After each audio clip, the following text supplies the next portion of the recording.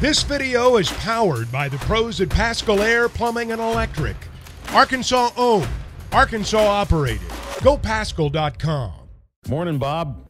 I played Sam Pittman's quote of, it was a lengthy quote, about a minute long, comparing NIL to essentially, like talking about restrictions on NIL. And I wonder what your reaction is when you hear coaches compare what's happening in college football to the NFL, because I do not see the similarity. I don't see really many, if any, similarities between the two enterprises. I wonder what you think when you hear that.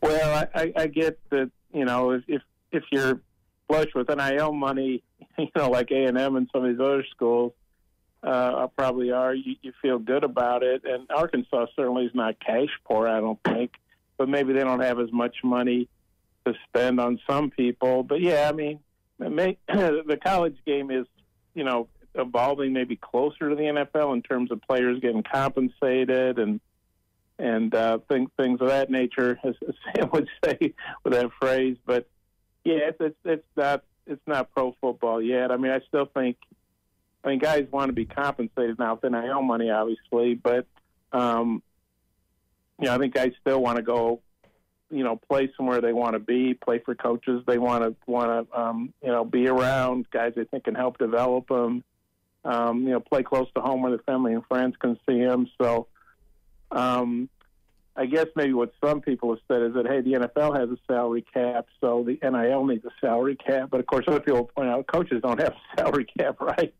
So, well, and it's also, where's the NIL money coming from? It's coming from, you know, so-called sponsors, boosters, donors. There aren't boosters for an NFL team. There aren't donors for an NFL team. Those are sponsors.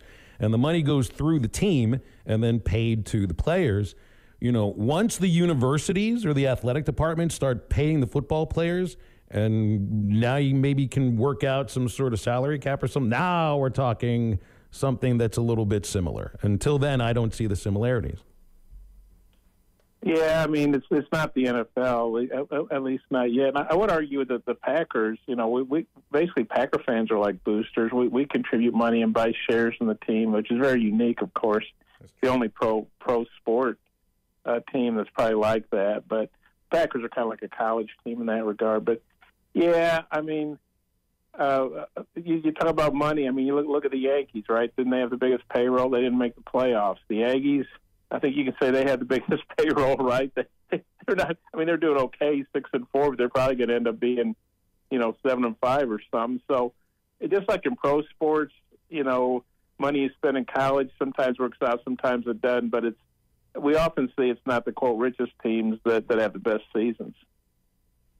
Bob, how had a coach tell me, you know, it's never as good as it seems and it's never as bad as it seems. It's always somewhere in between. What is the feel up there? How bad is it? Are we close? Are we? I mean, is it still that far off? What is kind of the feel up there? Is there any hope that this is going to get turned around? Are we going to see any hope these last couple games? Is it just going to be the same thing again next year?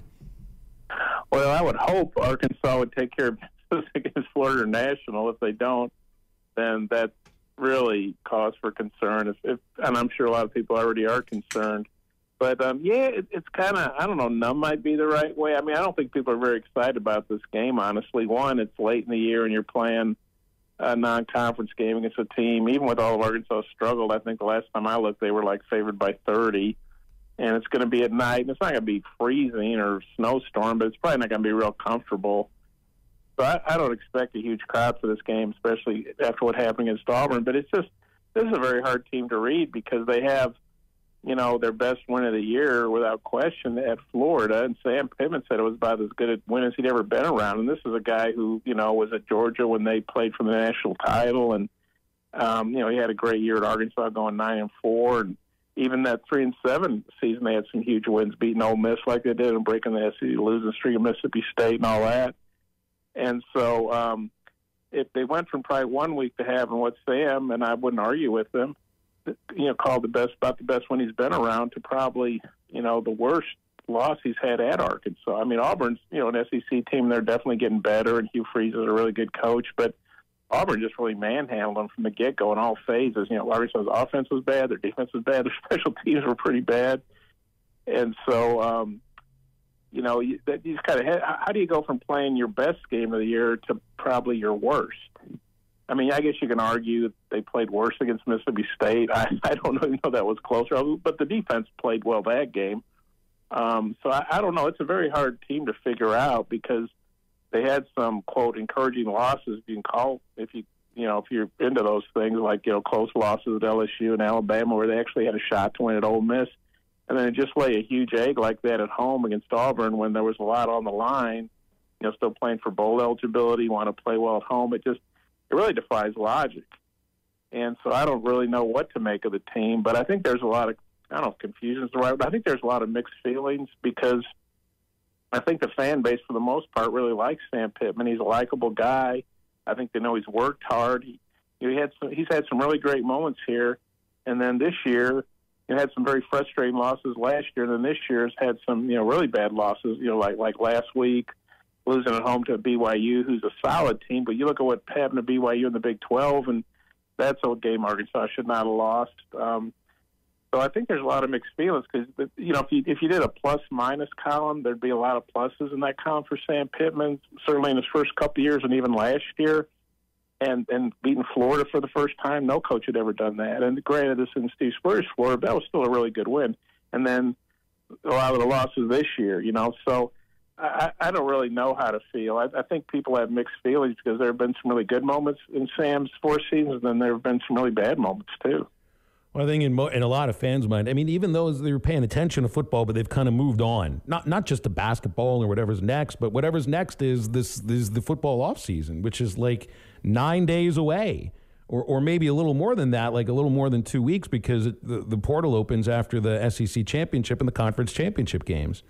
And in fans' mind and everyone, you're thinking about, well, what's going to happen next? Is Sam going to be the head coach? How do you improve the team and this and that? In his mind and the coaching staff's mind, like this next 8 days.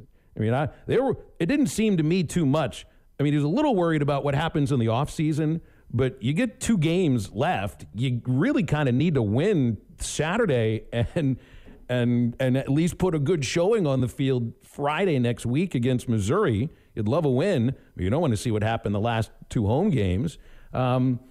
It's just an interesting juxtaposition. And then the portal opens up, and by then, who knows what happens? I just wonder what the conversations are amongst the coaches and the players are like for these next couple of weeks, because, you got to kind of be ready and have a sense of who's staying and who's going if you are still going to be the head coach. Yeah, certainly when we talked to Sam on Monday, he spoke like a guy who definitely wants to be here. I mean, he's not going to resign. I see some of these things on Twitter. They say, Sam will do the right thing and resign. I'm like, no, nobody in their right mind would do that. 1, I don't think he's a quitter. And 2, he's got a huge buyout. So who in their right mind would resign and forfeit all that money? It'd be like a player who's owed a lot of money, like a baseball player who's owed a lot of money and is struggling, and he retires and leaves, $30 million on the table or whatever. No, they don't do that. People don't do that.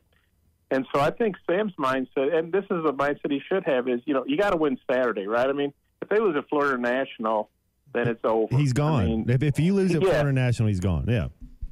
Yeah, so, beating Florida National may not create a lot of goodwill or, get a lot of people back in his column or behind him, but a loss is going to, whatever remaining support he has would totally evaporate. And whether it's fans, administrators, whatever, they cannot lose to Florida. They can, obviously. Anybody can lose to anybody. But if they lose to Florida State, not Florida State, that wouldn't be a bad loss. But if they lose to FIU, then it's over. I mean, I don't see how you could see any other outcome. So they have to beat, FIU. And then, like you say, if they beat Missouri, that would be a very feel-good win, and it's possible. But really, they have to go all in on this FIU game, and they played really badly at home, poorly, and I know that bothers them, and they feel bad about that. Let's face it, their best games have been on the road, winning at Florida, taking LSU and Alabama, and Ole Miss to the wire.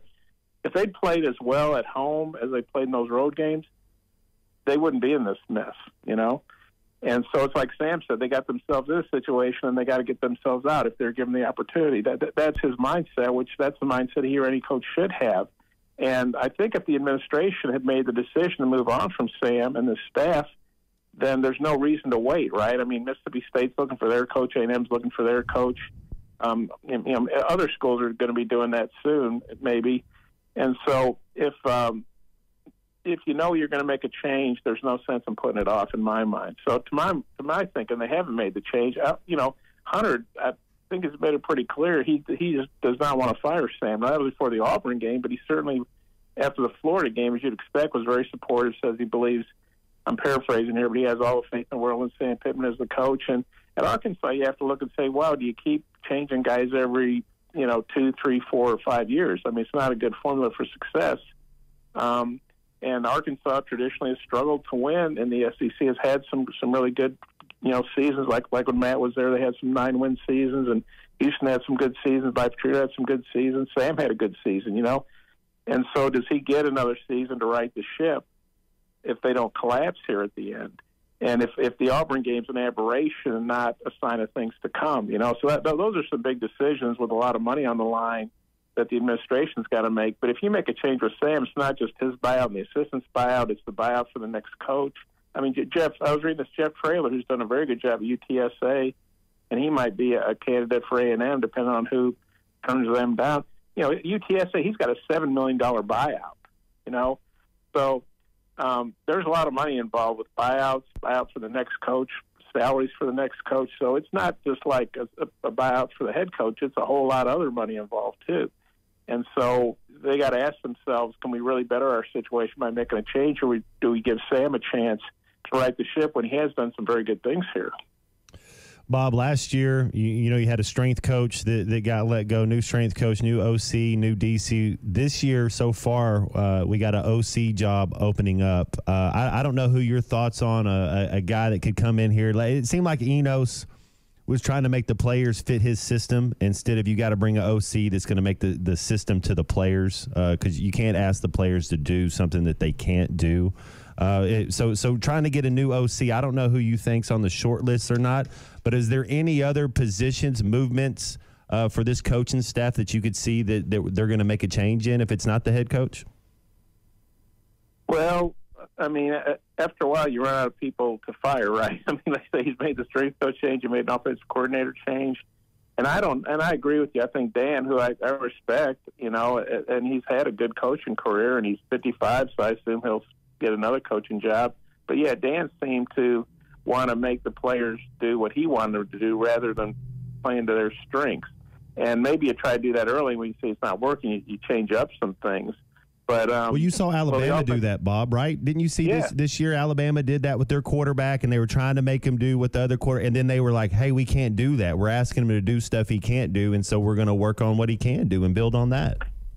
Well, yeah, and then the best coaches, adjust for their players' strengths. Right. And in terms of coaching changes, yeah, if Sam were to come back, I mean, I know he and Cody Kennedy are super close, and I'm not smart enough to know the offensive line issues are more about coaching or players, but the offensive line's been an issue, right? And that just shocks everybody because Sam Pittman's one of the greatest offensive line coaches probably ever in college football, and he's a head coach now, but still.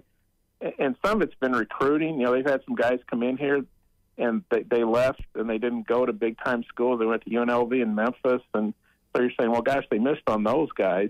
And then some younger guys, they're probably being force-fed a little bit too much, and then some of the older guys, frankly, maybe aren't playing up to expectations. And so I could see a change being made there. I'm not saying, they should or would, but here's one thing about next year. You kind of saw this at Brett Bielema's last year, They went 7-6 in his fourth year, and on paper you say, "Oh, that's not terrible." But the way the season ended, they blew a big lead against the bad Missouri team and lost. Then they blew a 24-point halftime lead in the bowl game. So you could see which way the wind was blowing, and you knew that was a make-or-break year. And so when Brett made some changes on the staff, he was hiring guys that were like assistants to assistants in the NFL, like the assistant offensive line coach, or And so I wonder what kind of guys can Sam bring in if they know it's a make-or-break year. In other words, if Arkansas doesn't win enough games, everything's going to get blown up. So it's going to be hard, in my mind, to hire a guy from like another Power 5 job. You're probably going to have to go with some up-and-comers. Of course, Travis Williams, the last week notwithstanding, I think he's done a very good job as defensive coordinator, and the defensive staff as a whole has done well. and Travis came in from Central Florida, which I know is in the Big Eight, and Gus is there and everything, but still that's not, an SEC caliber program in my mind. And so if Sam does make some changes, I mean, he's going to have to get a new offensive coordinator. All due respect to Kenny Guyton, I don't think he's going to. He might be retained as receivers coach. I don't think he'd be the new OC. So Sam's, he's got to go out and probably get somebody that, fits what he wants to do, that he feels like, can rally the troops, so to speak, that can maybe bring in some innovation. But we don't know what the roster is going to look like because so much of that's based on the portal now, I mean, KJ Jefferson has another year if he wants to come back or if he wants to go to another college. I have no idea what his thought process is, but kind of you got to figure some things out and then, hire guys that you think will fit some things. But, yeah, when things are going bad, there's usually staff changes. That's just a fact of life in, big-time college football. BetOnline is your #1 source for all your betting needs. Get the latest odds, lines, and matchup reports for baseball, boxing, golf, and more. BetOnline continues to be the fastest and easiest way to place your wagers, including live betting and your favorite casino and card games available to play right from your phone. Head to the website or use your mobile device to sign up today and get in on the action. Remember to use our promo code BELIEVE, that's BLEAV, for your 50% welcome bonus on your first deposit. Bet online, where the game starts.